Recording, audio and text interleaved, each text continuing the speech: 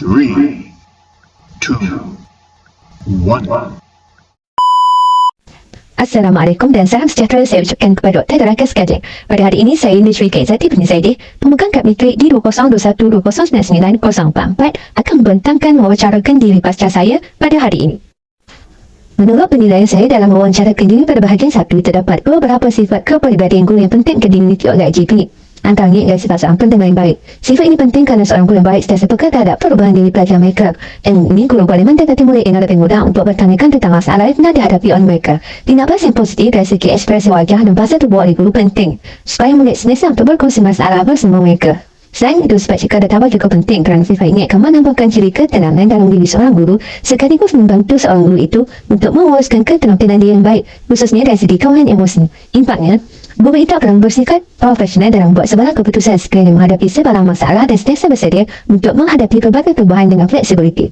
Manakala sifat berfikiran terbuka juga penting bagi mendidik insan guru perantis untuk tidak mudah membuat penilaian terhadap seseorang di media lain ataupun dengan erti kata lain dalam berprasangka buruk. Dengan sifat ini, saya akan meletakkan diri saya dalam situasi seseorang berdasarkan pengalaman hidup yang telah saya lalui. Dengan ini, saya akan mampu untuk memahami situasi seseorang itu apabila bertindak melakukan sesuatu perkara. Serta saya selaku bakal guru tidak akan mudah bersifat prejudis terhadap pelajar saya.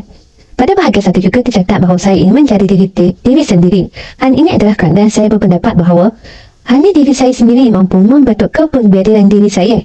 Khususnya sebagai seorang pakar insan guru perantis dan bahagia, saya turut berbangga menjadi diri sendiri kerana berbagai kesusahan hidup telah saya pelajari dalam kehidupan saya. Hal ini secara berlangsung telah mendorong saya untuk memperbaiki kelemahan tersebut untuk menjadi seorang insan guru perantis yang cemerlang pada masa hadapan.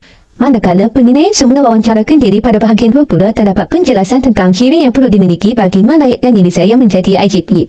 Menurut penilaian saya hasil daripada pembelajaran dalam kursus ini, ciri seperti penyayang, amanah dan penyapa amatlah signifikan dalam diri seorang bakal guru. Hal ini dikatakan demikian kerana terdapat pelbagai ujian serta halangan yang akan terjadi bagi seorang bakal guru yang baru ini mencaburi diri dalam bidang perguruan ini. Oleh itu, sifat kecekalan hati amatlah penting bagi memastikan diri masing-masing sentiasa konsisten dengan tanggungjawab yang diamanahkan ke atas diri mereka. Oleh itu, ketiga-tiga sifat ini sememangnya penting untuk dilatih oleh setiap bakal guru agar masing-masing mempunyai daya tahan tinggi dari pelbagai perspektif sama ada jasmani, emosi, rohani maupun intelektual dalam menghadapi perubahan atau kesukaran terutamanya dalam dunia pendidikan. Pada bahagian 2 juga terdapat catatan berkenaan ciri yang perlu diperelokkan untuk menjadi insan guru perantis yang cemerlang. Hasil daripada pembelajaran dalam kursus ini, saya mendapati bahawa sifat keyakinan diri, ketepatan masa dan nilai etika serta moral yang tinggi signifikan untuk diperelokkan memandangkan guru merupakan insan yang akan menjadi role model kepada pelajar. Melalui pelaksanaan tugas wawancara IGP, saya dapat mengasah sedikit sebanyak sifat keyakinan diri saya apabila saya ditugaskan untuk mengurus sesi wawancara dengan bertindak sebagai pemberi kata alu-aluan kepada IGP yang akan diwawancarakan.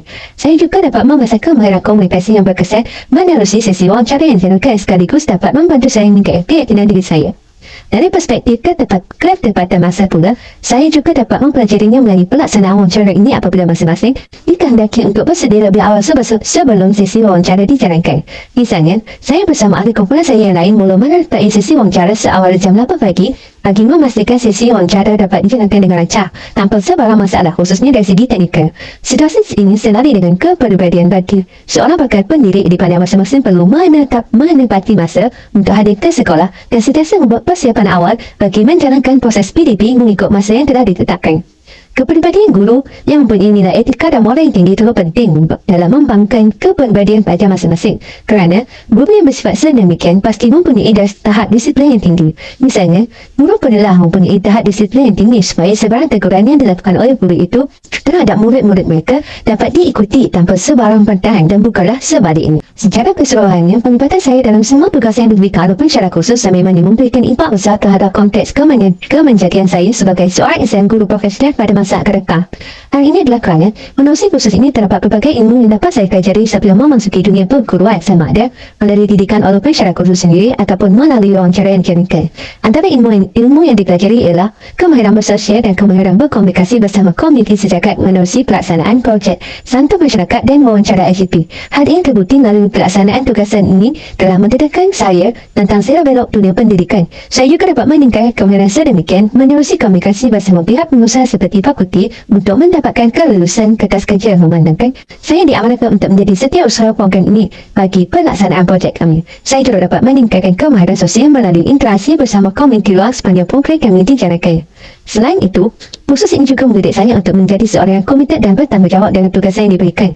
Misalnya, saya selaku setiausaha berusaha untuk mengingatkan kertas kerja bagi projek Santo Masyarakat secepat yang mungkin bagi mendapatkan kelulusan bajet program ini, serta tugas lain seperti minit mensyarat, laporan akhir dan sebagainya.